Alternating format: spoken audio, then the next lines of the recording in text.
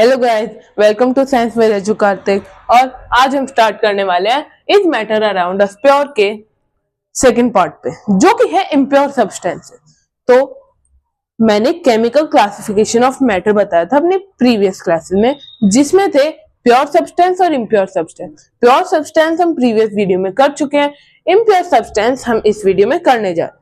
तो इम्प्योर का क्या मीनिंग, मैंने एक एग्जाम्पल भी दिया था। हमारे घर पे जो मिल्क आता है, तो हम क्या करते हैं, मतलब अगर उसमें ऐसे कुछ मिलावट होती है, जैसे उसमें पानी डाल दिया और ऐसे कुछ कुछ करते हैं, कुछ केमिकल से भी बनते हैं, तो हमारी मम्मा ये कहती है कि ये बिल्कुल प्योर दूध नहीं है, वही इम्प्योर कहते हैं उसे। और वही अगर उसमें मिलावट ना हो, वो एकदम मतलब वो मिल्क हो, उसमें ना कुछ एडेड प्रिजर्वेटिव हो ना ही कुछ और, तो उसे प्योर कहा जाता है। अब इम्प्योर आप समझ ही गए, यानी उसमें कुछ एक्स्ट्रा मिलावट की गई है। ठीक है, तो मिक्सचर इसमें क्या होता है, इस मिक्सचर का ये मीनिंग है टू या उससे ज्यादा कंपाउंड्स, को जब हम ऐड कर देते हैं, मिक्स कर देते हैं, तो हमारा मिक्सचर फॉर्म होता है। अब मिक्सचर होता है वो भी फर्दर टू टाइप्स के होते हैं। ठीक है, तो मिक्सचर के टू टाइप्स कौन कौन से हैं? पहला है होमोजीनस मिक्सचर। तो फर्स्ट ऑफ ऑल हमारा एक टॉपिक आता है कि मिक्सचर क्या होता है। ठीक है, तो मिक्सचर एक इम्प्योर सब्सटेंस होता है जो कि बनता है टू या उससे ज्यादा कंपाउंड्स को हम टुगेदर कंबाइन कर देते हैं। ओके, तो अब इसमें होमोजीनस मिक्सचर टाइप हो गया इसका। तो होमोजीनस और हेट्रोजीनस होता है एक। इस वीडियो में हम होमोजीनस ही करेंगे और ट्रू सॉल्यूशन, जो इसका एक टाइप है, वो करेंगे।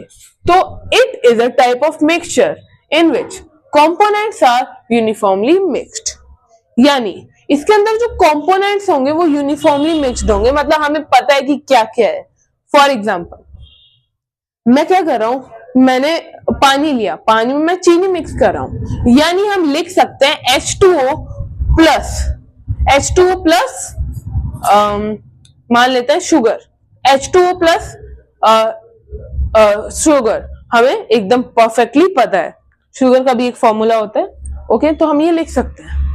अब हमें पता है कि इसकी कॉम्पोजिशन क्या है, हम इसको ऐड भी कर सकते हैं, पर इसमें ये कंपाउंड क्यों नहीं कहा गया, ये क्वेश्चन आता है। तो ऐसा इसलिए क्योंकि जो अमाउंट ऑफ शुगर हम ऐड कर रहे हैं वो फिक्स नहीं है। जैसे H2O है, उसमें तो हमेशा हर यूनिवर्स के किसी भी पार्ट में चल जाओ आप, H2O H2SO4 नहीं बन सकता, ना NaCO3 बन सकता है। ठीक है, वो रहेगा H2O ही, उसमें हाइड्रोजन के 2 पार्टिकल्स और ऑक्सीजन का 1 पार्टिकल हमेशा रहेगा, उसको चेंज नहीं किया जा सकता। और उसका जो मास टू मास रेशियो है वो 1:8 ही आएगा हर जगह पर। तो उसका हमें पता है कितना कंपोनेंट है। H2SO4, तो उसमें हाइड्रोजन के 2, सल्फर का 1 और ऑक्सीजन के 4 एटम्स होंगे, ये भी पता है। बट जो मिक्सचर है, इसमें अभी हमें क्या पता लगा कि फिक्स कॉम्पोजिशन नहीं होती। हमें ये पता हो सकता है कि मतलब क्या क्या डाला गया है ना, और कई जगह पे हमें ये भी नहीं पता होता। तो बट डिफरेंस ये आ चुका है हमारा कि हमें मतलब कंपोजिशन चेंज हो सकती है, सिर्फ कंपोजिशन का डिफरेंस है और कोई डिफरेंस नहीं है। अब मिक्सचर में एग्जांपल मैंने लिया शुगर एंड वाटर और सॉल्ट एंड वाटर। जैसे सॉल्ट को हम डालते हैं तो आपकी मर्जी है ना, वो तो मैं मान लो मैं 1 चम्मच डाल रहा हूँ, आप पूरा डब्बा डाल रहे हो, रहेगा तो सॉल्ट एंड वाटर ही ना। और मिक्सचर भी हमें पता है कि सॉल्ट है, NaCl प्लस H2O ही हो रहा है दोनों ही केस में, आप भी डालो मैं भी, बस अमाउंट ऑफ कंपोजिशन का फर्क पड़ रहा है, अमाउंट कंपोजिशन एक ही चीज है। अब there is no boundary of separation. No boundary of separation meaning क्या है, तो कुछ ज्यादा अजीब सी लैंग्वेज हो गई। नहीं, इसका ये मीनिंग है कि आप बेसिकली इनको सेपरेट नहीं कर सकते, है ना। आप इसे सेपरेट कैसे करोगे, आप क्या करोगे, वाटर को बॉईल करोगे, तब जाके सॉलिड कंटेंट बचेगा, लेकिन वैसे आप इसको सेपरेट कर सकते हो नहीं। तो आप मतलब फिजिकल मेथड से सेपरेट नहीं कर सकते इजीली, है ना। तो ये क्या एक टाइप का ट्रू सॉल्यूशन हो गया। आपको केमिकल मेथड ही करना पड़ेगा, हीटिंग वो एक केमिकल मेथड हो चुका है। ठीक है, तो चलो अब हम इसके टाइप पे आते हैं, जो कि ट्रू सॉल्यूशन। ट्रू यानी सच्चा। Now coming to the next, true solution. तो ट्रू सॉल्यूशन क्या होता है? एकदम सच्चा, ठीक है। सच्चा आप समझ ही गए होगे, ये तो जोक था, पर ये सच में ही सच्चा होता है एकदम। सच्चा कैसे? क्योंकि ये एक टाइप का होमोजीनियस मिक्सचर होता है जिसमें दो या दो से ज्यादा सब्सटेंसेस होते हैं, ठीक है। अब इट हैज टू कंपोनेंट्स, ये दो कंपोनेंट से बना होता है, जो कि है सॉल्यूट और सॉल्वेंट। अब सॉल्यूट और सॉल्वेंट क्या होता है? Solute, the component that is dissolved into the solvent, ये सॉल्वेंट पे डिपेंडेंट है। अब solvent is the component that dissolve the other component into it, यानी ये है जो सॉल्वेंट में डिसॉल्व होता है, ये है जो सॉल्यूट को अपने अंदर डिसॉल्व करता है। ये तो दोनों ही कंफ्यूजिंग हो गए। इसका सबसे इजी एक मेथड है, तो बेसिकली जो कम अमाउंट में है, जैसे क्या, ये एक कप है, इसके अंदर चीनी है, फिर मैं उसके मतलब इसके अंदर दूध है, फिर मैं उसमें चीनी डाल रहा हूं, तो हमारा सॉल्वेंट हो गया दूध, और वो ज्यादा अमाउंट में है, और उसके अंदर हम चीनी डाल रहे हैं, तो वो सॉल्यूट हो गया, ठीक है। अब ये सॉल्यूट और सॉल्वेंट हमें समझ आ गया, पर इसकी कुछ प्रॉपर्टीज भी है, वो हम अब पढ़ने वाले हैं। अब हम इस पे आते हैं। तो its particles are stable, are smaller. Okay, तो पहले ये देख लेते हैं प्रॉपर्टीज है इसकी। अब its particles are smaller than 1 nanometer, मतलब इसके जो पार्टिकल्स होते हैं वो 1 नैनोमीटर से भी छोटे होते हैं साइज में। अब आप सोच सकते हो कितने in size, and can not be seen through naked eye. अब आप खुद सोचो, इतने छोटे हैं तो आप क्या उन्हें अपनी नॉर्मल आंखों से देख पाओगे? नहीं, आपको माइक्रोस्कोप का यूज करना पड़ेगा। अब हम आते हैं नेक्स्ट पे, they do not scatter a beam of light passing through. अब इसका क्या मीनिंग है? मान लो यहाँ पे मैंने अपने हैंड में ट्रू सॉल्यूशन, एक बॉक्स मतलब ग्लास है, ग्लास का एक वेसल है, उसके अंदर मैंने ट्रू सॉल्यूशन ले रखा है, फिर मैं उस पर लाइट डालता हूँ लेजर से, पर मैं देखता हूँ कि जो लाइट है वो एज इट इज बाहर चली जाती है, ना वो स्कैटर होती है ना वो रिफ्लेक्ट होती है, वो सीधा उसमें से एज इट इज चली जाती है। इसका क्या मीनिंग हुआ? इसका ये मीनिंग है कि वो टिंडल इफेक्ट शो नहीं करती। अब टिंडल इफेक्ट क्या आ गया? टिंडल इफेक्ट एक टाइप का इफेक्ट होता है जिसके अकॉर्डिंग, मतलब कोई भी सॉल्यूशन से मैं लाइट पास करता हूं, तो अगर वो बीम ऑफ लाइट स्कैटर कर देता है, जैसे कोलॉइड और सस्पेंशन, वो स्कैटर कर देते हैं, तो वो टिंडल इफेक्ट है। और ऐसा क्यों होता है? क्योंकि जो पार्टिकल्स के साइज बड़े होते हैं, वो इसकी वजह से पार्टिकल्स, मतलब जैसे पार्टिकल के साइज बड़े है और हम लाइट पास करें, तो लाइट ऑब्वियस सी बात है उनके टकराएगी ना, पर इतने छोटे पार्टिकल का साइज है, इस वजह से बहुत बहुत बहुत कम चांसेस है कि उन पार्टिकल्स पे लाइट की बीम टकराएगी। हालांकि रिफ्लेक्ट होती है, पर इतनी कम रिफ्लेक्ट होती है कि हम ये तक नहीं कह सकते रिफ्लेक्ट हुई है। अब नेक्स्ट पे आते हैं, solute and solvent can not be separated from each other through the process of filtration. अब मान लो आप चाहते हो कि मैं सॉल्यूट और सॉल्वेंट को क्या कर दूं, वो सेपरेट कर दूं, है ना। अब मैं सॉल्यूट और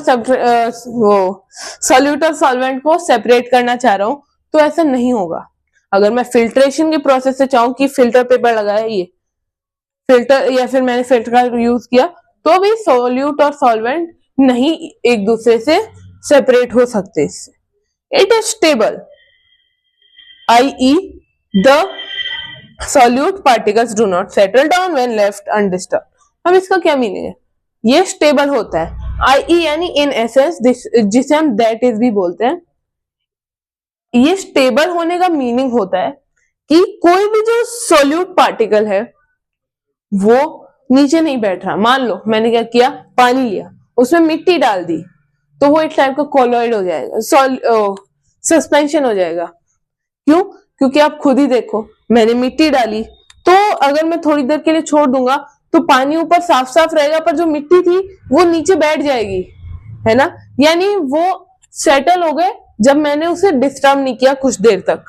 तो इसके जो पार्टिकल्स हैं वो सेटल नहीं करते, अगर मैं उन्हें थोड़ी देर के लिए छोड़ दूं बिना हिलाए डुलाए, तो वो सेटल डाउन नहीं करेंगे, वो स्टेबल कहलाएंगे, ठीक है, उन्हें हम स्टेबल कहेंगे। और ये थी इसकी प्रॉपर्टीज। अब कुछ एक फॉर्मूला होते हैं, 3 फॉर्मूलाज, जिससे आप कॉन्सेंट्रेशन फाइंड आउट कर सकते हो कितनी कॉन्सेंट्रेटेड है कोई चीज। चलो हम उस पे अभी आते हैं, वो 3 फॉर्मूलाज देखते हैं। अब ये 3 फॉर्मूलाज है, आप कहोगे ये क्या है, m/m v/v m/v, ये क्या है? ये 3 फॉर्मूलाज है। ये है mass upon mass, volume upon volume और मास अपॉन वॉल्यूम। ठीक है, तो ये क्या है? छोटा सा डंडा मल्टीप्लाई 100, यहाँ पे भी डंडा मल्टीप्लाई 100, यहाँ पे भी डंडा मल्टीप्लाई 100। इसका मीनिंग क्या है? इसका ये है अपॉन का साइन और ये है मल्टीप्लाई 100। ओके, तो चलो अब हम बिना टाइम वेस्ट किए करते हैं। तो मास अपॉन मास, ये फॉर्मूला सॉल्यूट और सॉल्यूशन के मास पे डिपेंड करता है। मान लो आपको मास ऑफ सॉल्यूट गिवन है और मास ऑफ सॉल्यूशन भी गिवन है, तो आप इस फॉर्मूले से mass of solute divided by mass of solution multiply 100, ये फॉर्मूला अप्लाई करोगे तो कॉन्सेंट्रेशन आ जाएगी। बट याद रखना, कॉन्सेंट्रेशन मान लो 10 है तो उसके आगे परसेंटेज का सिंबल लगाना मत भूलना, नहीं तो आपके मार्क्स कट सकते हैं। अब V बाय V यानी वॉल्यूम बाय वॉल्यूम। अब इसके लिए आपको समझ आ ही गया होगा, volume of solute upon volume of solution into 100। ठीक है, तो सॉल्यूट अपॉन सॉल्यूशन ही आएगा हर केस में। बस आपको mass by mass, volume by volume वो याद रखना, और यहां पे मास बाय वॉल्यूम तो आप समझ ही गए, mass of solute mass of solution into 100। But आपने एक चीज देखी, मैंने एक चीज यहाँ पे गलत कर दी, यहाँ पे मास ऑफ सॉल्यूट नहीं आएगा, यहाँ पे वॉल्यूम ऑफ सॉल्यूट आएगा। ठीक है, mass of solute upon volume of solution into 100। ये फॉर्मूला आप कह सकते हो इन दोनों का मिक्सचर है। आपको बस ये याद रखना है और ये भी याद रखना है कि सॉल्यूट बाय सॉल्यूशन इनटू 100।